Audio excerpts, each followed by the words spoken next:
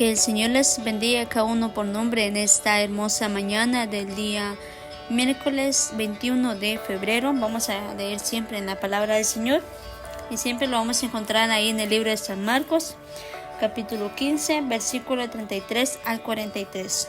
Y dice la palabra del Señor: Cuando vino la hora sexta, hubo tinieblas sobre la tierra hasta la hora novena. Y a la hora novena Jesús clamó a gran voz diciendo: ¿Por qué me has desamparado? Y algunos de los que estaban allí decían al oírlo: Mirad, llama a Elías. Y corrió uno y empapando una esponja en vinagre y poniéndola en una caña, le dio a beber diciendo: Dejad, veamos si viene Elías a bajarlo. Mas Jesús, dando una gran voz, expiró. Entonces el velo del templo se rasgó en dos, de arriba abajo.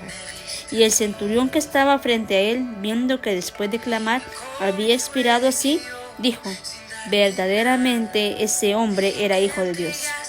También había algunas mujeres mirando de lejos, entre las cuales estaba María Magdalena, María la madre de Jacobo el menor y de José y Salomé, quienes cuando él estaba en Galilea le seguían y le servían, y otras muchas que habían subido con él a Jerusalén.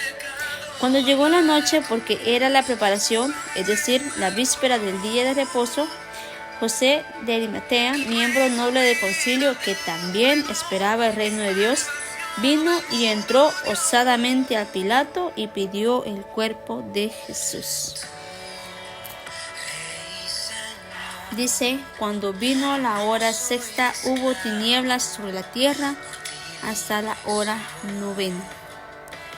Cuando el Señor Jesús estaba crucificado, que la hora sexta la toman como eso del mediodía, y dicen que estuvo 3 horas el día en tinieblas. ¿Qué representan las tinieblas en este caso? Las tinieblas nos puede representar a todo aquel pecado que como seres humanos nosotros tenemos o cometemos. Y que dice su palabra que el Señor Jesús vino para limpiarnos de todos ellos. Él en ese momento de angustia, en ese momento de sufrimiento, Él cargaba con nuestros pecados, amados hermanos.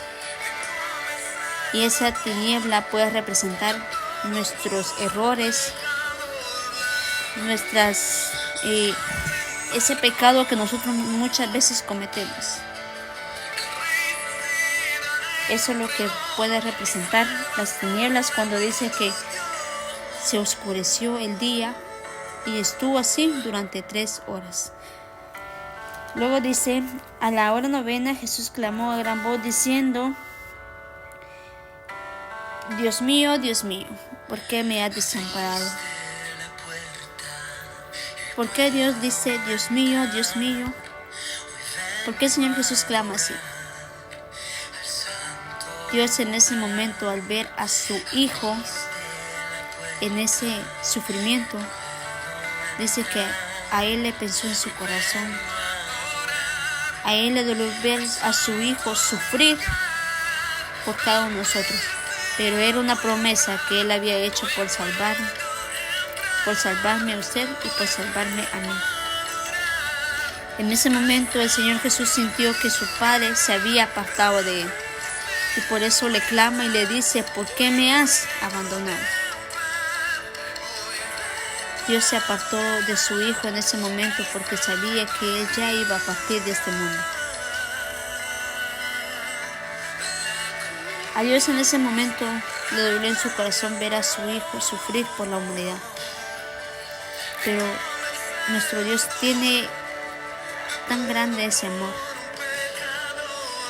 que entregó a su Hijo, y aún estando en esa condición no hizo nada. ¿Por qué no hizo nada, hermanos? Él bien podía haber mandado a sus ángeles a rescatarlo, pero era necesario ese sacrificio. Era necesario hacerlo para podernos librar, para podernos limpiar de todo pecado. Muchas veces nosotros no agradecemos ese sacrificio que el Señor Jesús hizo por nosotros. No agradecemos el hecho de que Dios haya dado su Hijo por cada uno de nosotros. Y muchos se burlaban cuando dicen que el Señor Jesús clamó y dijo a su Padre que por qué lo había abandonado. Y ellos pensaban que era Elías a que él estaba acudiendo. Y dice que uno de los soldados corrió y dice que mojó, o sea, empapó en una esponja en vinagre y se lo pusieron a él para que él bebiera. Y se burlaban y decían que estaban esperando a ver si Elías iba a llegar a bajarlo. Pero esos soldados no sabían nada de lo que el Señor Jesús se refería. Ellos incluso se burlaban del Señor Jesús. Pero el Señor Jesús en ningún momento se les refirió una palabra a ellos. Él seguía confiado en esa promesa. Como muchas veces nosotros quizás nos burlamos y decimos cosas que a veces no convienen y mentimos, es algo que al Señor Jesús no le agrada y nosotros siempre lo hacemos con esa libertad. Luego dice: mas Jesús, dando una gran voz, expiró. En otros pasajes dice que el Señor Jesús dijo a su Padre: en tus manos encomiendo mi espíritu. En ese momento que el Señor Jesús dice esas palabras, Él dejó de vivir, Él dejó de sufrir en este mundo. Porque Él sabía que allá arriba había alguien que lo iba a estar esperando. Él se fue siempre con esa confianza, con esa fe en su Padre, de que Él lo iba a volver a vivir. Dice que en ese momento el velo del templo se rasgó en dos. Imagínense el poder que hubo en ese momento cuando el Señor Jesús dejó de respirar acá en la tierra. Ahí se demostró el poder que Él tenía, que muchos de los que estaban ahí dudaban del poder de Dios. Y dice que uno de los centuriones que estaba frente a Él, viendo a Jesús después de clamar y después de que Él dejara de vivir, entendió y se dio cuenta que quién era ese Jesús. Dice que Él mismo reconoció y dijo que verdaderamente Él era el Hijo de Dios. Ya se dio cuenta, ¿verdad?, cuando el Señor Jesús ya había partido. Pero nunca es tarde, pues ese centurión, ¿verdad?, reconoció el poder que tenía el Señor Jesús. Muchas veces nosotros también debemos de reconocer, ¿verdad?, y no esperar que sucedan cosas. Debemos de confiar y esperar en Dios, que Dios tiene cosas mejores para nosotros. Y no dudar en ningún momento, debemos de estar siempre al frente. Dice que ahí habían algunas mujeres, estaba María Magdalena y también María, su madre, en ese momento en que el Señor Jesús dejó de vivir. Habían discípulos que incluso, ¿verdad?, también le seguían, dice, le servían desde que Él empezó el ministerio. Y había muchas personas más. Luego dice que cuando llegó la noche, porque ya era el día de reposo, como muchos lo toman, ¿verdad?, el día sábado, el día de reposo, dice que José de Arimatea, miembro noble del concilio que también esperaba el reino de Dios, vino y entró osadamente a Pilato y pidió el cuerpo de Jesús. ¿Quién era José? José dice que venía de un pueblo pequeño de Arimatea.